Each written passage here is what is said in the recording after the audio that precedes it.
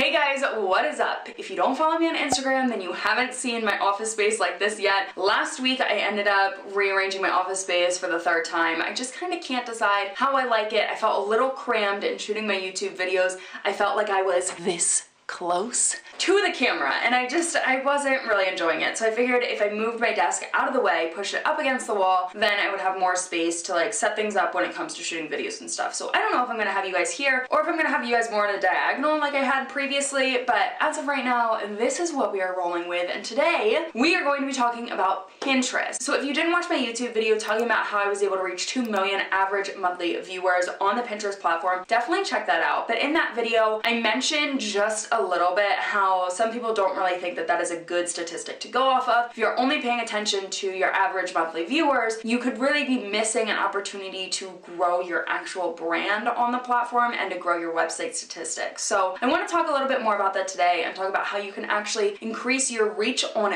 your pins. So not just your Pinterest profile in general, but your pins. So without further ado, let's get into today's video. So if you didn't know, the average monthly viewers that comes up as a statistic on your Pinterest profile as well as in your analytics section within Pinterest, that means how many people you are reaching on your pins as well as the other pins that you are curating, so pins that lead to other people's websites that you share on your profile. It takes into consideration all of those pins that you are sharing and how many people they are reaching. So how many people you just as a Pinterest user are reaching every single month on average. So yes, I'm reaching 2 million average monthly viewers on Pinterest, but that does not mean that they are actually seeing my content, my website, or even landing on my profile. It could just mean that they found one of the pins that I shared that is someone else's pin. So it really actually won't benefit me all that much. And I hope that that makes sense because a lot of people worry about their reach on the platform and they look at that average monthly viewers and maybe they work really, really hard to build it up to like 3 million or 5 million average monthly viewers, but they only have 5 clicks a day to their website.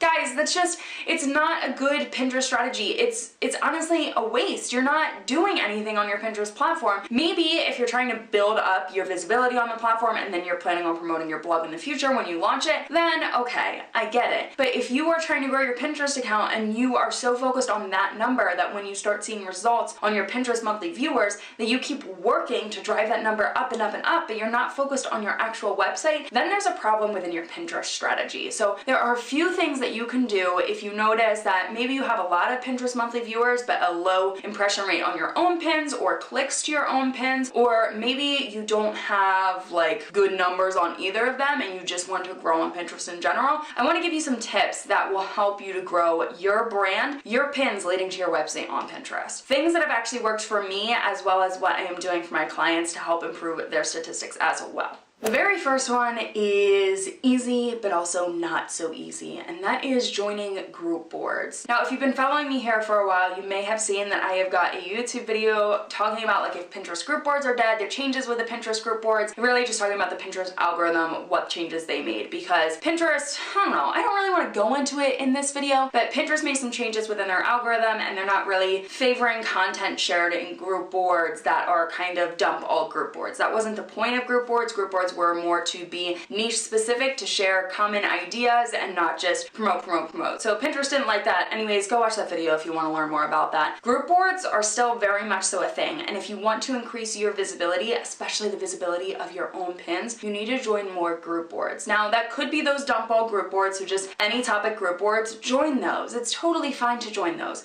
But more importantly, you want to join niche specific group boards because there's a few main things that goes into group boards. One, with group boards, you get to manually or automatically through Tailwind or whatever other platform you're using, you get to share those pins on those group boards and you get to create repins for your own pin. So instead of just putting your pin out there and leaving it up to chance that someone else is going to pin it, you can take fate into your own hands and you can pin it to multiple boards. If you have 70 boards on your profile, you can probably pin it to maybe 40, maybe 30 of those, as long as it is relevant to those boards. So joining group boards, you get to really take control of your pin and put it out there across the platform. Plus, when you join niche-specific group boards, people actually go to those when they are sharing pins manually. I know I do. As part of my manual pinning strategy, I will go to boards that are relevant to the boards that I have on my profile, and I will pin pins on there because it's going to be a lot easier for me to find pins that I actually want to pin manually without like really searching through the platform. So I go to group boards as well as just other boards by people that are similar to the boards that I have. So if you join those group boards, you are taking fate into your own hands, and when you join niche-specific boards, you are getting your content in front of the right people that are looking to share that similar content.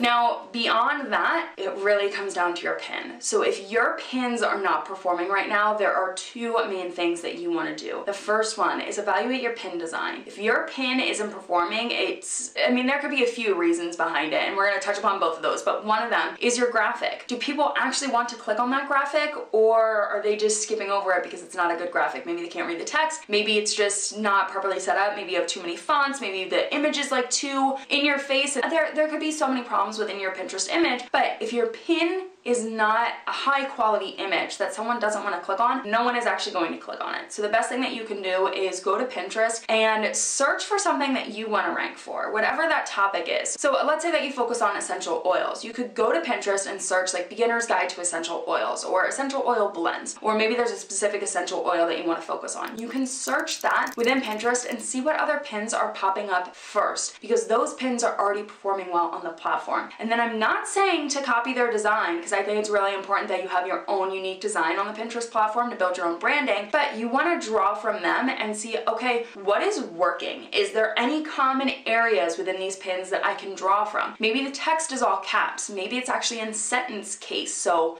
you know what sentence case is. Maybe there's certain colors that they're using or certain images that they're using that seem to work really well. Pay attention to that and then incorporate that within your own pins, because let's be honest, if you don't have a click-worthy image, no one is going to click on it. And then the last thing I want to talk about is the description within your pin. So if you have a nice pin image and you're like, yes, people would want to click on this, this clearly isn't my problem, it could be your SEO within your pin that there's no visibility getting to it, if that makes sense. So you don't have the SEO work done for Pinterest to promote your pin kind of for you. So what you need to pay attention to is your keyword research. I have 2 YouTube videos on here talking about Pinterest keyword research, so if you're interested in those, I'll include them in the description bar down below. But you need to perform Pinterest keyword research for every single pin you upload to Pinterest. I do this every single time, guys. When I launch a new blog post or a YouTube video, I go to Pinterest and I type in something that I would like to appear for, and then I go based off of the keyword research that I find there. So I find long tail keywords that I want to include in my description, and then I write a description. But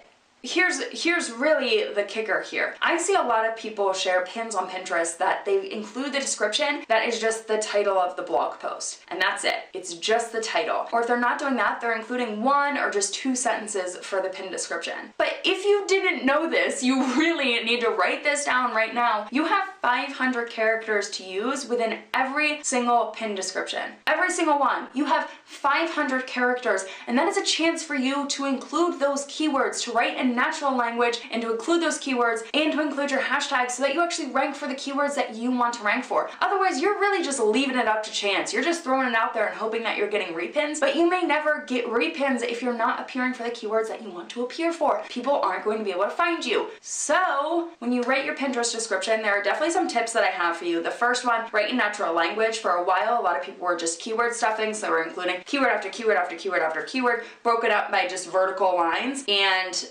that was fine for a while. Pinterest is now moving away from keyword stuffing. They have been for a while. So you want to write in natural language. What I recommend doing is including at least 400 characters in natural language. Think about what someone would search in Pinterest to find your pin and describe what is included in your blog post. So let's say that you're writing about essential oils and it's beginner's guide to essential oils. You can say, want to get started with essential oils, or maybe are you looking to learn more about essential oils, or what essential oils are the best essential oils to use.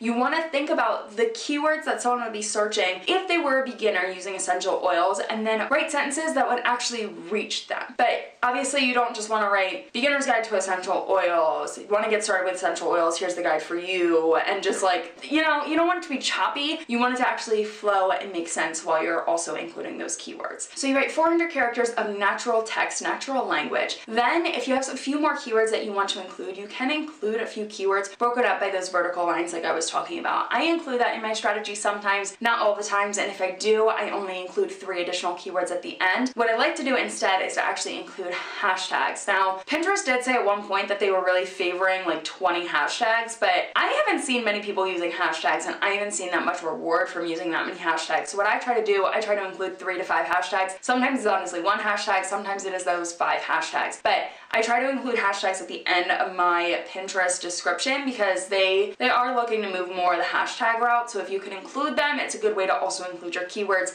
and make Pinterest happy because you're using the hashtags that they're kind of looking for these days. So as you guys know, there are so many tips that I could give you when it comes to growing on Pinterest, but just specifically growing your brand, growing your brand's pins on Pinterest, you want to make sure that you're joining group boards and pinning your pins to those group boards. You want to make sure that your pin graphic is amazing and that you're writing high quality descriptions for your pins that are 500 characters or that use a good chunk of those 500 characters that are available to you. So I hope you found this video helpful. If you did, please give it a thumbs up and subscribe to my channel, and I will see you guys back here really soon. Bye guys!